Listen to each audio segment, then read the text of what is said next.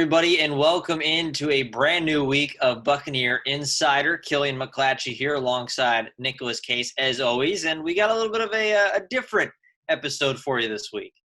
Yeah, we've spent the past, I think we're at 10 episodes now, over 11 or 12 weeks or something like that, talking to everybody else. You've gotten to know us a little bit. Now you're really going to get to know us because we work for CSU. Things have changed for us.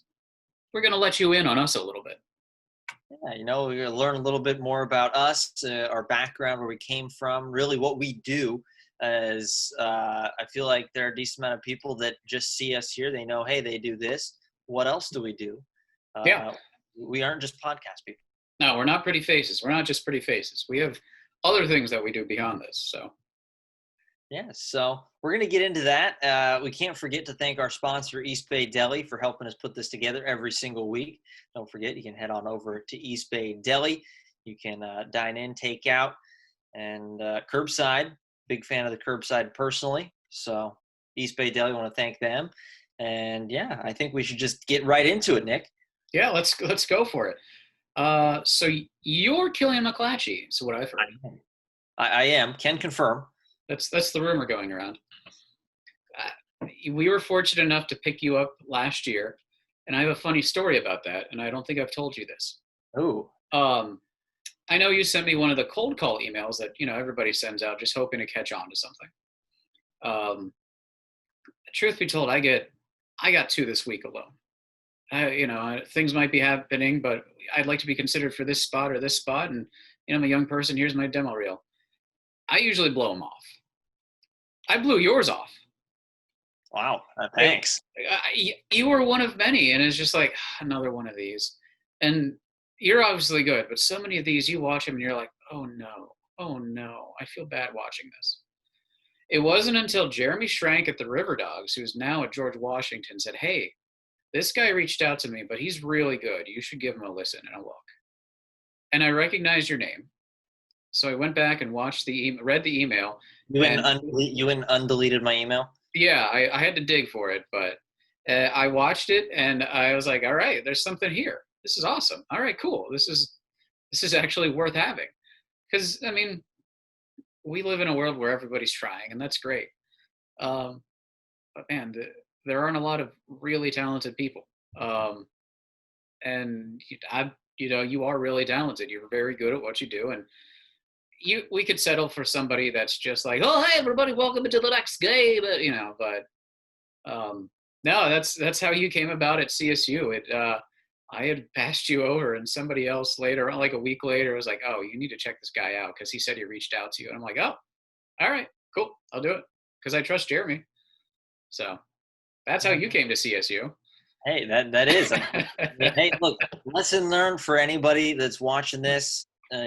Contacts matter. So a big thank you to Jeremy. He was a big help in getting me down here, and that was it was very interesting. My entire journey to get here was a lot of rejection, especially when it comes to broadcasting and trying to get into this business, especially right out of college, because I graduated last May, not this obviously this last May, but the previous one from Arizona State. And I'd been working with a baseball team, the Peninsula Pilots, up in Virginia for the summer. And after that, as I was going through the summer, I was starting to look, okay, hey, I need a job for the fall. And Charleston was the places that I really wanted to get to. And I sent emails out to probably 45, 50 different schools. And I heard back from, I think, 3 of them. And 2 of them were right here in Charleston, one of which was the Citadel over there, and obviously CSU. And it was, things just kind of fell into place. And I'm blessed and very, very thankful that you decided to go back and undelete my email. But the timing worked out because our previous guy, Kevin O'Rourke, had been there for 7 years. He left and went to Rutgers, and we'd been kind of looking for somebody. And that was, we had Evan West, who had agreed to come do things, but we were still looking for another person. And, I was probably not doing as much diligence as I could because when you were sending out those emails, there was time to figure it out. So I was like, all right, who do I know? Because I know a lot of people in town. Pat my back. We'll get into that later. I was like, who do I know that would be able to do this? Da da da da da da da. And then Jeremy recommended you, and so look, cold calls, cold emails, they're good. People like me will ignore them. Whoops. But you never know when somebody else across town will talk to somebody and be like, hey, you should check this out, and expand on from there. Because I mean, because of that, and and you also did some work for the Citadel, though we won't talk about that. And it's all because of one person saying, hey, give this a shot, and then just the timing working out perfectly. So yeah, we're obviously really glad to have you. Yeah, no, timing definitely was very good. I kind of have a funny story for you as well. I don't know if you know about this one either, but so my first week that I was actually down here, I guess so. Introduction to Charleston for me is I came down. I can't remember the timeline, but it was Hurricane Dorian. I'm pretty sure it was. Yeah. When that one came through. So the timeline, we'll just say, for example, I came down on a Wednesday. And so I drove down from Virginia and I got down here to Charleston on a Wednesday night, got everything unpacked, I got to settle in Thursday.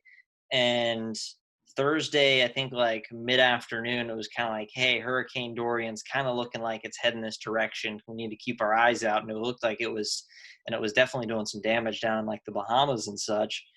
And I remember Friday came back around and they escalated. Things looked like Dorian was going to be really big. It was going to come through here. And I remember that I had just gotten everything unpacked and I started packing my stuff back up. I picked up my cat that I have down here now and I drove right back up to Virginia. And so, yeah, 72 hours I was here and gone. And then I remember, so this is the part that you might not know. When I dropped in for the first time at CSU, got to meet you, and you showed me campus, a lovely tour, an excellent one. I think they should really think about giving you a spot as a tour guide. I'll take it. But I remember we dropped in there and you said, hey, I need you for Thursday volleyball. And of course I was like, yeah, for sure. On the inside, I was going, I haven't called volleyball in 4 years. I had no idea what I was doing. And so that night I went back home and I actually watched like 4 hours of volleyball on YouTube, just trying to figure out what in the world I was doing. So we throw you to the fire, it's, I feel like I figured it out pretty well though. yeah, I never would have guessed. I didn't know. I don't remember that game because that was last year and last year, and lots happened since then. But I remember being pretty happy with you and just making sure that you were happy with the setup that we have, and it felt good enough and big enough for you since you came from Arizona State. Because, you're coming from a Power 5 school that has things that Charleston Southern does not have. But I think that we have a pretty good setup for a school our size, and I take pride in it. But you're coming from, and then we're growing, but we're here. So it was my concern. The only thing I remember about that night is my concern of like, hey, everything work out, everything good on your end. Were you impressed with the broadcast? Were you good? And you seemed positive about it, and you stuck around, so I guess you liked it. So that's true. It is stick around. It was it is different going from Pac-12 where I did work for Pac-12 networks and I did stuff like that, and I did a couple games where we had a full-blown TV truck and going around and doing stuff in not as big as places, but I was one of the things that I commended you on very early is this isn't, I feel like a lot of small schools, you go in there and you've got, a laptop and a couple of cameras hooked up and things are kind of just thrown together and they're just getting something because they have to. And now CSU, you definitely set up and it's trending upwards. I can tell you that much. It's a real quality production and I'm definitely proud to be part of it. I'm fortunate because I came into a situation. I actually started at CSU 6 years ago, something like that, 6 or 7 years ago, part-time on the production side. It all blurs. And Jeremy Sullivan and Zeke Beam had set up the broadcast side and grown it from, a production switcher in a suitcase to getting that trailer from the, courtesy of the Big South, um, and building it to something resembling what we have now. I had a very good foundation. What I went in and did was I flipped the house. I was able to go in and with the help of a friend of mine, Justin Strauber from Channel 4, who engineers the Friday Night Rivals high school football games that I work on.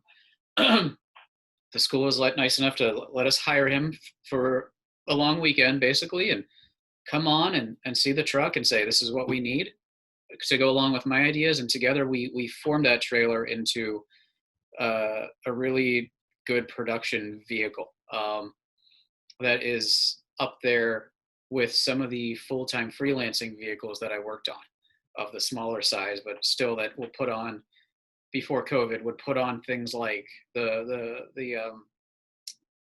cornhole broadcast and everything. Pretty high-end trailers. And the school has been great. And if I needed money and I was able to give them a reason why, they were able to supply me with what I needed or make accommodations to get me eventually what I needed. And it's been a big help. I will not take all the credit, but I will say that I flipped the house to get us to living in the new age bungalow, as opposed to the rundown, not so much rundown, but older bungalow that it was before. I like the bungalow terminology. I like that. Yeah. I couldn't think of like an English tutor at the time, so I just went with bungalow. It was the first one that stuck out. Oh, I've been watching too much 90 Day Fiance, not enough HGTV lately. That's why. Look, you got a keen eye for it now. No, yeah. I don't know who I compare myself with. One of the Property Brothers. I got to figure out which one though. I mean, I feel like they both know what they're doing. But now, look, well, I was gonna say, how about I'll kind of flip it, and your background. You mentioned that you've worked with just a lot of stuff, working with cornhole, and you've obviously done a lot of freelance stuff. What is your background, come into? Because you're the guy that people see my face, and you don't see my face without you. You're the one that's making everything run and making everything go. And so, I mean, what's your background? My background is eclectic. It started 14 or 15 years ago in local radio here in Charleston, a radio station that sadly is not around anymore, called 96 Wave. And it was a legacy station. It had been around for 20, 30 years. It was the big alternative station at the time. I got in there working promotions, and then within 3 months was on air on the weekends. That station changed to what is now 101.7 Chuck FM. But I hopped around to B92, a top 40 station. I went to a country station for a while, the Wolf 90 something or other. I forget what it is. And in between, I was doing traffic reports, and then I went to produce for a sports talk station. WSPO was called here in Charleston. I did that for about a year, and it rekindled my love of sports. I'd kind of fallen out of it a bit, but I'd slowly come back into it, and working for them helped. And I loved producing. I loved getting to create. That was there. As much as I loved being able to talk on the radio, I loved being able to form things and create things. And from there, as radio has gone, I lost my job like everyone else. Unfortunately, and I ended up with an internship in Pittsburgh with the Penguins. Sorry, Killian, I know.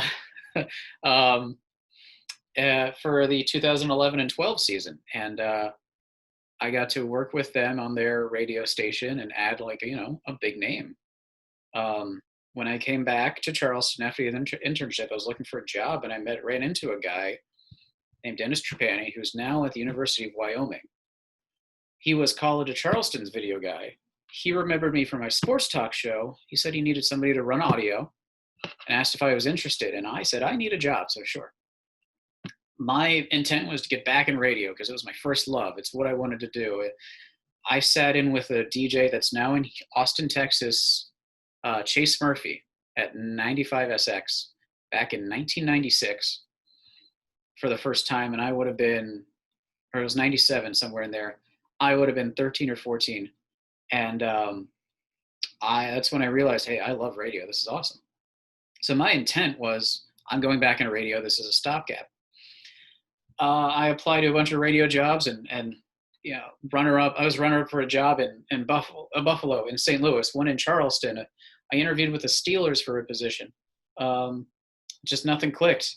Meanwhile, CFC job led to River Dogs job, which led to CSU, which led to Citadel. And that kept snowballing. And the radio stuff was still not working. And eventually I was like, all right, God, I see what you're doing. And threw myself into TV.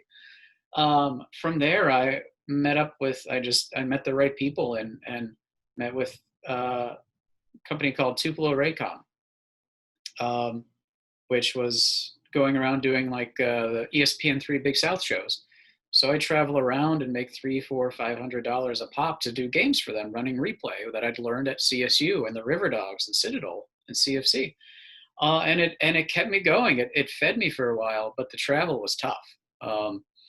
I was dating and then engaged to my now wife, and on the road every other weekend or every weekend, and traveling up to who knows where, North Carolina. And at one point, I did skip a stop. I was the Stingrays video guy, and we almost won the Kelly Cup, but I had the opportunity to work at CSU after Jeremy Sullivan left for UNC Wilmington, and it left me with some security. They gave me the freedom to still freelance, and that would be 3 years ago, I think, coming up soon. And it was one of the best decisions I've ever made. I'm so glad I did it. It's a great place to work, and the way I've grown and the things I've learned there have been amazing, and I hope it doesn't end anytime soon. I want to go back to Pittsburgh. It's where I'm from. I was born there. Until recently, my grandmother was living there. She's still around. Let me get that out of the way. She's just living in a nursing home closer to family in Virginia since she's 85 and by herself. But it's where I proposed to my wife. It's where I'm from. It still feels like home every time I go back. But the only thing I'm gonna be at CSU until something in Pittsburgh drives me away, unless they get rid of me for some reason. But from what I can tell, they like me, so that's cool. Yeah, we know. I was gonna say that we think that they like both of us. So the early results look promising, but yeah. Yeah. So it was a wild ride. It's amazing how I ended up here compared to where you start, but that's kind of the joy of this. You start out with one thing, and it's what I tell kids that ask me, some advice is network, get to know everyone you can, and roll with the punches. Because I wanted to be in radio. I was good at radio. It just didn't work out. And now look what I'm doing and where I am. And I can't imagine doing anything else now. No, and I completely agree with you. I mean, that's the networking thing. That's definitely huge. I mean, I still stand by that. I mean, even now, it definitely takes, everybody and the whole kind of rolling with the punches thing and not really knowing. I mean, I was going to school. I always knew that this was, play-by-play broadcasting was kind of what I wanted to do. And once I got to Arizona State, the Cronkite School, which is, I mean, it's a phenomenal program, and you get a little bit of everything. And, when I was there, I did a little bit of writing. I realized that I didn't really enjoy that. And then I kind of got into TV stuff and like TV reporting. And that was something that I enjoyed. And I enjoyed it for probably about a year and a half. And then I realized that, I joke with everybody, I realized that you have to carry all of your stuff around everywhere. And honestly, I wasn't really too keen on that. But no, it's always interesting. You always think you kind of go into it and your path, you might always think that you're going straight down the road, but there's always little side streets here and there. And, you might take some of them, and some might bring you back to that main road, and others might take you down to an entirely different place. And, I think that's something that a lot of people don't be afraid. There we go. See, you think I didn't know how to talk, and I'm a broadcaster, but don't be afraid to venture out and check something out new that you might not have, thought of in the first place.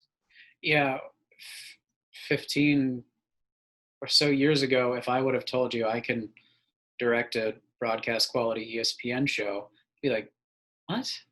There's no way.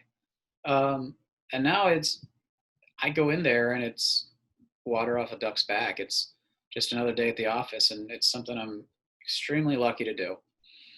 Um, Even though you miss the weekends and there are times you miss time with your loved ones, you miss parties and everything, but man, I can't imagine doing anything else because we're lucky, man. We get to work in sports for a living. Maybe not now, but not at the moment because very few people are. But you know, when everything's lined up, we're around sports. I have friends that would do this for free, what we get paid to do, and I've stuck around it long enough to reap some benefits, and I've got a nice house from it, and I've got a nice family from that is fine with what I do, and I'm very fortunate, and I've part of taking 15 years to get to this point is that appreciation, but I'm very lucky, and every day I realize it, especially during all this when I've been able to work from home and still be okay. I realize I'm very lucky. Yeah, I agree with you 100% there.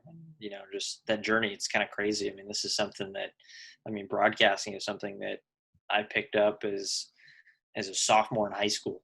I mean, that was something that I started doing it with, my roommate from ASU and one of my best friends, Braden Bell.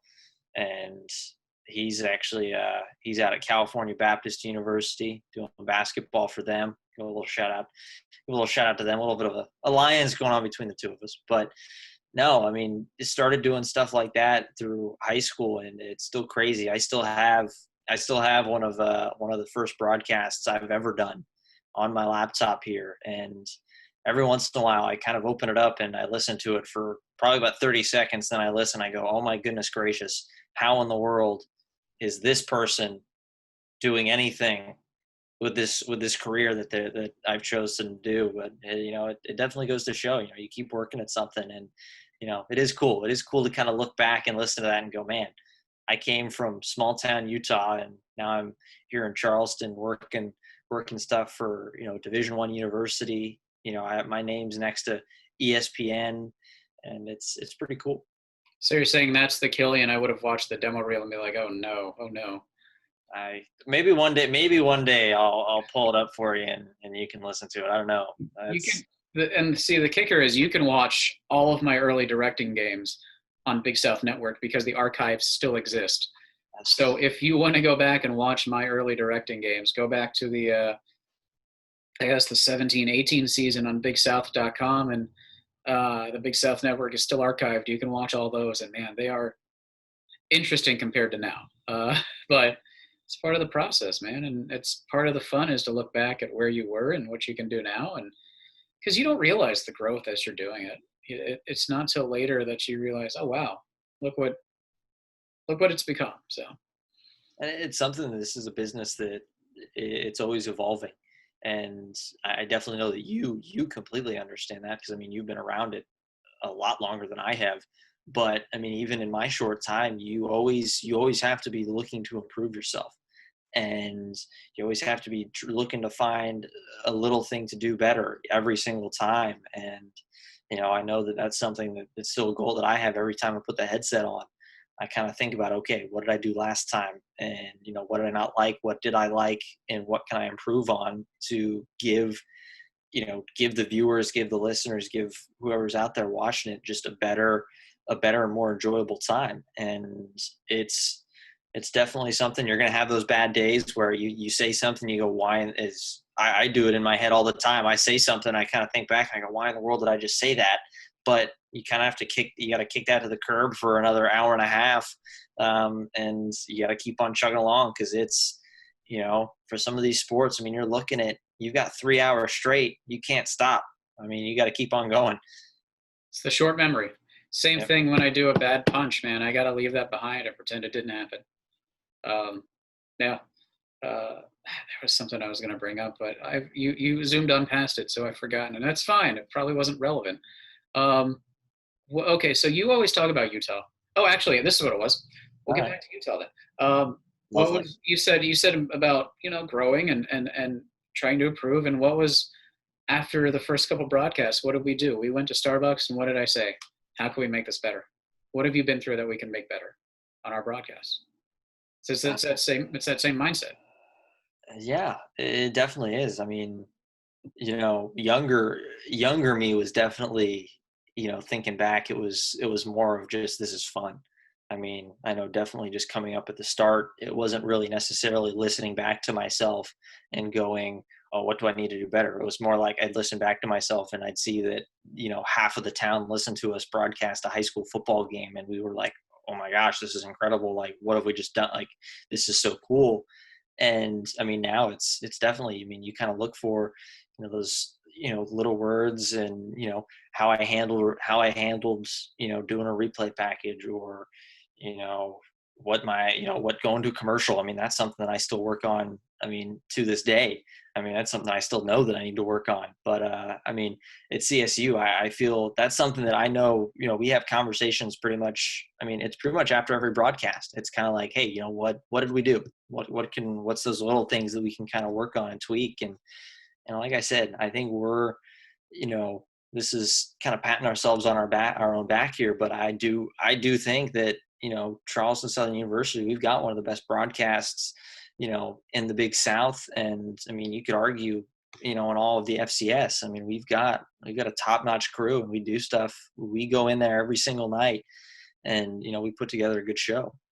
Yeah, and it's something that probably going to take some adjusting this year on my end because we've had safety talks and we've had discussions, and this week sports video group's been meeting, and I've about 2 weeks ago we did a group with like a safety discussion with about 30 other schools our size, and um, the during part of it SVG was nice enough to have me come on and talk about what we talked about. And one of the things is you got to lower your standards a bit this year, is because you might not have the crew, and it's going to be tough because I take pride in the fact that we do put on a really good show. And you know after one of the football games last year, a person from another school came up to me and said that was a broadcast level show, and that means a lot. It's something I take pride in. But um, for a small school that has that, looking from the outside, you wouldn't think would not have many resources. We are very lucky to have the resources we have, and I don't squander that. I make sure that our product's top notch because there's no excuse for it to not be top notch. And that's why I would ignore some of those cold calls, because I don't want some of these goobers on my show because they're going to bring down the quality of the show. And that's where it's great that you were available and the timing worked out, because you're good, man. And you improve the quality of the show. And that's, you're not quite John Peters, but who is? So. That's right. Love a good old Johnny P. Miss you, John, by the Yeah. way. He And called me the other day because his son's a caddy and he was caddying down at Hilton Head oh yeah, in the RBC, and at the time the guy that his son caddies for was in the lead, and he was just wanting to talk about it. Unfortunately, I missed the call, but I need to call him back. So. something that you mentioned, and just our entire crew. I mean, a big thank you to our entire crew. We have camera people, audio, replay, just everybody.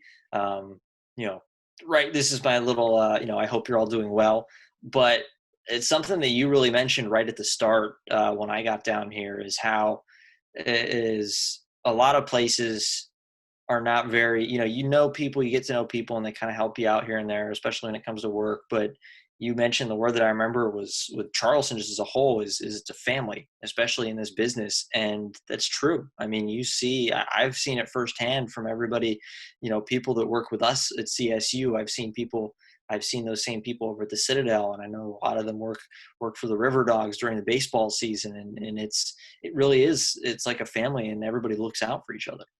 Yeah, I fell into a spot with those high school football games I talked about where I could crew them. So that's kind of my thank you to the crew.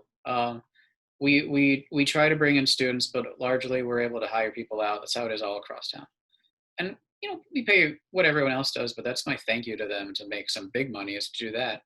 But then it also means if they do a good job, look, I'll get you, if you're on my crew and you're brand new, look, I can promise you a spot at the River Dogs because they know I would not give them something bad. I could do that with the Battery. They're switching things up. I can do that to the Citadel. If you want to get in with the Stingrays, I can get you there. Like I said, this is going back to earlier, patting myself on the back, but I know a lot of people in this town. It's, and we are a family. If you work at one spot and you do a good job, you will work at the others. And, so it's very easy. I work with my friends because, you've weeded these people out basically like, well, this guy's a jerk. He does a decent job, but he's not worth keeping around because he's trouble. Or I really like this guy, but he's got to improve. So we'll, hopefully he'll catch on, but everybody's talented, but we also like being around each other. So it's really, I never I never felt like I was missing my friends because every game night I was working with them. And I think that's been the biggest thing. This is, text chains are huge because we're able to talk to our friends now, but we're not seeing them every other night or every night like we were before. And I think that's been the biggest thing about this whole break is, we get the, man, I miss working with you guys, but mostly I miss you guys text like at least once a week. And we are a family and we're all watching out for each other and making sure everyone's okay. And yeah, that's been the hardest part of this is just, we miss our friends and our family that are outside of our friends and our family that we're still around. I was going to say, I'm sure our friends and our actual friends and our family are probably sick and tired of us by this point. They're saying, okay, sports needs to come back because we need to get y'all out of here. My wife was so happy she went back to work, so she didn't have to be around me all day. I was just saying, I don't really have anybody around here. I've got the cats, and I'm sure the cats, for the longest time, they kind of looked at me and are like, why are you still here? You need to leave. Go do something. Oh, Chai is thrilled that I'm still around, but that's the extent of it. But, that's the difference between cats and dogs. Cats are like, cats are teenagers. Dogs are kids. That's true. Yeah. That's very true. So I've never talked to you about this, but you're from Utah. Where in Utah? And what is Utah like? Because I don't know anything about Utah. So Utah is, I wouldn't trade growing up in Utah for anything. I had a phenomenal childhood, and I feel like a lot of people hear Utah and they're like, Utah. I mean, that's kind of a weird place. But I grew up in a small town called Tooele, and for those of you who watch television, this is something I didn't even know. But apparently, the show Prison Break. Apparently, there's a big something in Tooele, Utah, and I didn't even know about it. Neither did my buddy Braden. We actually ran into somebody at ASU who, when we told him, like, yeah, we're from Tooele, and he was like, Tooele? Oh my gosh, have you seen Prison Break? And we're like, I have no idea what you're talking about. But it was definitely interesting. It was interesting growing up in Utah and being around. Utah is primarily LDS, Mormon, and it's different. So you kind of mentioned the Starbucks thing, and I don't even know if this is even believable for a lot of people everywhere in the world, but I didn't have a Starbucks. Tooele did not have a Starbucks in town until I was a senior in high school. I spent my entire life. I was born up in Salt Lake City, and my parents moved down to Tooele when I was very young, and I grew up there. Went to elementary school, high school, and our first Starbucks was my senior year in high school. And let me tell you, it was it might as well have been the Olympics coming to town. So that's what it was like when Target opened here in the late 90s. So I can kind of understand, kind of. But yeah, no, it was definitely, I love Utah. I enjoy going back, and it's a place I haven't been in far too long, admittedly. I do need to get back there, and it's a place, the mountains. I love Charleston. I enjoy the beach. I'm not a big fan of the sand, but I like hanging out at the beach. The weather here is phenomenal. The golf is great. But there is something about the mountains when you grow up around them, and there's something about the wintertime being able to go up there and just go skiing. And that's one of the big things that I feel like a lot of people out this direction don't really know. I'm an avid skier. I love the snow. So yeah. Yeah, I moved here in '96 when I was 12. But I born in Pittsburgh. I grew up outside of Harrisburg in a town called Mechanicsburg. Um, I still identify with Pittsburgh so much because my grandparents lived there, and it was a 4-hour drive. So my mom and I would take that a couple times a year to go see them. Um, but yeah, it's been, oh my gosh, 24 years at this point I've been here. As of sometime this month, it was June of '96 that I moved here.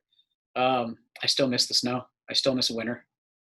I do miss mountains. Every time we go up to like UNC Asheville or something like that, I am so happy because I miss the mountains. I miss that air. I miss that feeling.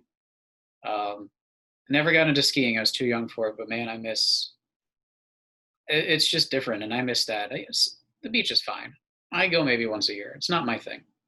I do miss the mountains. I miss seasons. I miss more than just hot and then, kind of cold. But yeah, I agree with you. There's something about the mountains, man.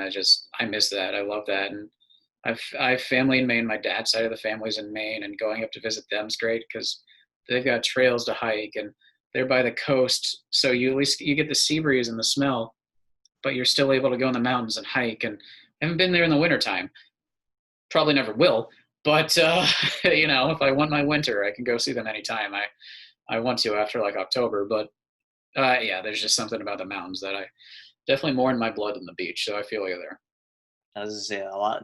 Something about Nicolas Cage that people I feel like we get a chuckle out of. Anytime there's a storm, especially during like the winter time when it's usually, it's warm and everybody here is, oh, it's phenomenal. It's 70 degrees in the winter. I don't have to worry about anything. It's those cold nights and those cold mornings, and when the storms roll through and the temperature drops down, you know that there is one person in the Low Country that is absolutely thrilled, and that is Nicolas Cage. I've been here 24 years, and I still can't do the heat and humidity, man. It never goes away. It's just always oppressive, always, and it's already starting this summer. And not a fan, man. Those were some of my favorite text messages. Is when there's a storm rolling through and it's Nick's, and I get the Nick Case text that says, "Oh, the weather outside's phenomenal." Because it's like raining sideways and like 44 degrees outside. I just imagine Nick. He's out there mowing his lawn in a short sleeve T-shirt and flip flops. Oh yeah, and basketball pants. Yeah, definitely. And you are just the most miserable person because you're like, I didn't move here for this. I know. I went from Arizona where it was 112 degrees to Charleston where it's 90 degrees and 90-degree humidity, and yeah, that was something that was very interesting. I'm a big fan of long sleeve shirts. I like them. They keep me warm and comfortable, and that was something I accumulated so many while I was in Arizona. I even stopped as I was cleaning out my closet right before I officially like moved out and moved away. I was looking through, I was like, why in the world do I have so many long sleeve shirts? I was like, I live in a hot climate. I'm moving to hot climates. Why do I have so many long sleeve shirts? Yeah, but the desert's cold at the end. It gets cold, especially at night. But majority of the nights, I was walking around. You're right. It's comfortable long sleeve at night weather when it's 72 degrees outside at midnight. Yeah. All right, we've rambled on long enough. There's one question I want you to answer, and then I'll answer it. I've been doing this a little bit longer than you. Yes. But you've been doing it at a higher level than I have. So we've had some cool experiences. Which, by the way, Jordan's in town, so if you want to catch up to Kelsey and I, you got to hop aboard his yacht and have your Jordan experience. What is the biggest, coolest thing that you've done for work that sticks out to you? What's the biggest experience you've had? Oh, I think I have a couple. One of them was definitely the first football game of last year here with CSU. That was something that I feel like every kid kind of dreams of. And you mute yourself playing NCAA football and you broadcast yourself doing that. And you always think, oh man, it'd be so awesome to be on ESPN. And, it was ESPN plus, but it was still, it was incredible. It was it was a bit of a surreal moment at the start to kind of sit there and watch kind of the open and see the graphics pop up and see my name there. And it was something like, wow, like I've made it. I've made it at this point. And, I still know there's a long way to go, but that was really cool. Some of my other favorites, I'd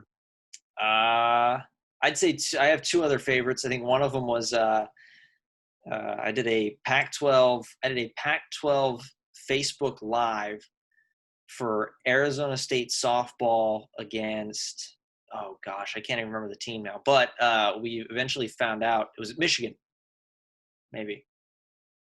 I can't remember. It was somewhere cold, but it was a Pac-12 network broadcast on Facebook Live, and we finished it. And I remember our director, Mark Rita, he came up and he told Braden Bell and myself, he goes, hey, he goes, just so you guys know, I think it was about 24 hours later, obviously, once the numbers kind of finished tallying. He goes, yeah, by the way, he goes, you guys have the highest viewed Pac-12 stream ever.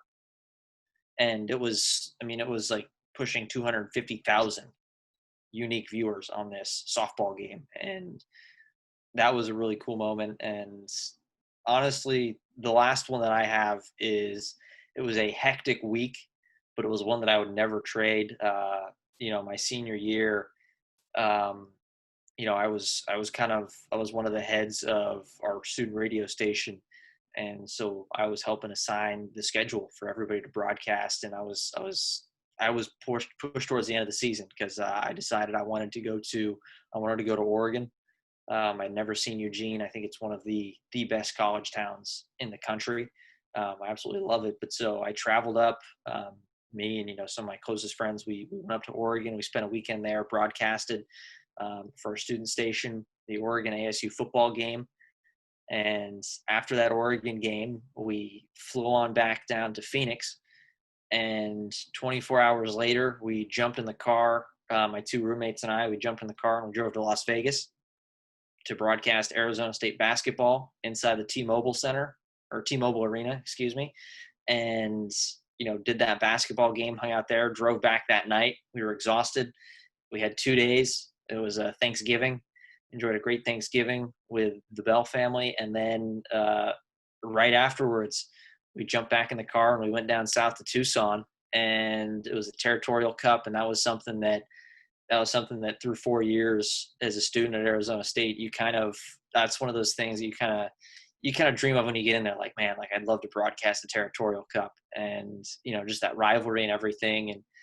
And went down there, broadcast the Territorial Cup, saw Arizona blow a 19-point lead, and the Wildcats, or the Mildcats, as some might say, got to stay home without the trophy. And we were right there on the field. Arizona State, they took the Territorial Cup. They brought it right over in front of us. So we were actually down on the field. We were in the corner of the field because the press box at Arizona Stadium just didn't have enough room for us to be up there. So we broadcasted from, to this day, the most difficult angle I've ever had to broadcast from, field level down in the corner. And, we made it work. It was a good broadcast. We had the players pretty much right on top of us. And it was an incredible week. It was an incredible experience. And it's something that I'll definitely never forget. That's cool. I'm surprised you didn't say the Final Four, but you didn't cover that. You were there as a fan, so. Yeah, I was there as a fan. I was down there. I mean, it was cool being there in Phoenix. The tough thing about the Final Four is, so I was there. They had the student sections, like the Taco Bell student sections, or whatever they called it. So a lot of the students because that year it was North Carolina. What was it? God, it would have been North Carolina. I mean, North Carolina was one of the big schools there. I mean, obviously coming from UNC all the way out to Phoenix, it's a hike, and especially for a college student. So they didn't really have a ton of students there. And so that's what they said. They said, hey, ASU students, show up, first come, first serve, we'll let you in. And so we showed up there, showed up and got tickets right on the floor. And it was tough because as a basketball fan, I enjoy being a little bit higher so I can kind of see how everything's playing out. And that's also the broadcaster in me. I like being able to see everything. And it was essentially like I was sitting there and the floor was like right here. And so I was just watching feet moving around. But I mean, it was still a great experience. It was cool. Yeah, the raised floor there is kind of weird, but I get it. You're on a football stadium, so yeah. All right. Well, there's mine. What's yours? The first one that jumps out, the Winter Classic in Pittsburgh, Penguins and Capitals. I got to cover that for the radio station I was working for at the time, and it was just day after day after day of something. The first day they did a media skate on the rink, so I got to skate on the Penguins rink outside in the Steelers stadium, and for some reason, just milling around was Franco Harris. So I got to meet Franco Harris during that time. Got to go in the locker rooms of the Steelers. I got to go in the Steelers locker room. They did a minor league matchup against the Hershey Bears and the Wilkes-Barre Scranton Penguins, the AHL teams for each team at the new arena at the time. So I got to go in the new arena, got to go in the Penguins locker room. They did an alumni game, so I got to see Mario Lemieux play again. I got to ask him a question afterwards in the press conference. So I got to talk to one of my idols. I got to meet Stephen Page of Bare Naked Ladies. I'm a big Bare Naked Ladies fan, and he sang the national anthem. And I ran into him in the halls of Heinz Field before the game, and I got to shake his hand, talk to him, get a picture with him. I walked past Pat Sajak, who was walking around. He's a big Capitals fan, and very tall, much taller than I thought. I got to talk to Sidney Crosby in the locker room, and before the concussion. So it just so much happened that one trip that was, aside from the game itself, that was just phenomenal. I got to cover the All-Star game in Raleigh that same year for the NHL. I love Raleigh. It's a great town. It's a great city. And then just to be around all the NHLers with all this access. I'm walking around downtown Raleigh, and there's Jonathan Taves just walking around like it's no big deal. I see Jeremy Roenick sitting by himself at a bar, and just these people, these guys. I mean, you're not in a hockey place, so these guys aren't known like all the big names. So it's cool just to walk around and see them there. And I got to play a media game on the Hurricanes arena the morning of the All-Star game, being one game away from a championship ring with the Stingrays when we went out to Allen, Texas for the Kelly Cup final. It was game 7. It was do or die. We lost like 6-2. It wasn't ever close, but there's an In-N-Out behind the arena, so I got to eat In-N-Out for the first time in a while, so that was cool, I guess. And then just any of the Power 5 games that we do right now. I was on the field for the introductions for South Carolina, and we kind of talked about it with Alexis Baldwin when she was on, how she was down there too, and how just loud and energetic it is for those things, man. It's especially on my end. I am in the trailer for all these games. I don't get to experience the game. I don't get to be on the field for this stuff. So to be able to be on the field for something like that, look around and see 80,000 people just there. Same with Florida when we did that the year before, to be in the swamp, where I got to shake Chris Collinsworth's hands because he came out and did I think it's Mr. Bojangles or something like that, the pregame ritual. I got a handshake and a wink from Chris Collinsworth before the game. But to just be in that atmosphere of 80,000 fans around you just cheering, and it's just such a surreal, cool experience, and I can't wait to get back to it. Those are probably the coolest things, on top of being fortunate to meet a lot of celebrities. I mean, I covered the Panthers for 3 years, and one of those years they went to the Super Bowl. So it was around Cam Newton and all those guys at the height of their game, and being able to just sit in the locker room or the press conferences and ask them questions if I wanted to is so cool. And all the musical artists I've met, and I spent an evening in Atlanta last year at hanging out with Young the Giant, one of my favorite bands, after their show in the green room for half an hour. That could not have been nicer. And just, that sort of stuff. I've been really lucky. I've been very blessed. And it's kind of a high that you chase, because you love those unique moments that you can tell stories about. And you want to keep creating those stories and those moments. You don't get those moments. I worked in an electrical supply warehouse when I was in college in my early 20s. I didn't get those moments working there. I get these moments working here. You know, I get to share elevators with covering the Steelers one year in Charlotte. I shared covering the Panthers one year in Charlotte, a Steelers game. I got to share the elevator with Collinsworth again and Hines Ward. You know, you never know who you're gonna run around a corner and see. It's where I saw Jordan, and it's too many to name, man. I'm very fortunate and very blessed, and like I said, it's a feeling that you kind of keep chasing because you don't get to do this, you know, in other jobs. And I worked retail a lot, and I didn't share an elevator with George Rogers at American Eagle. So it's those are the big ones, and then just so many small moments like that are just really, really cool.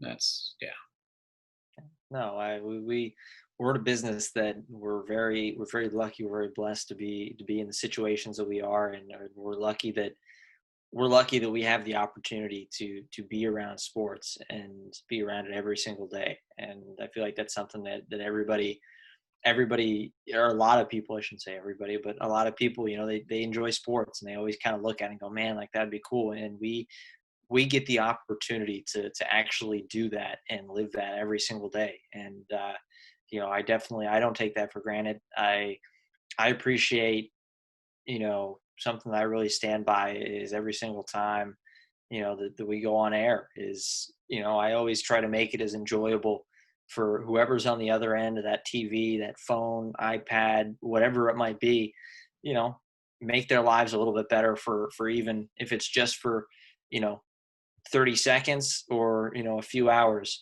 you know, just to kind of, you know, that's the nice thing about sports is it kind of lets you get away from things. You can kind of sit down, relax. And, you know, I think everybody's looking forward to everything getting back.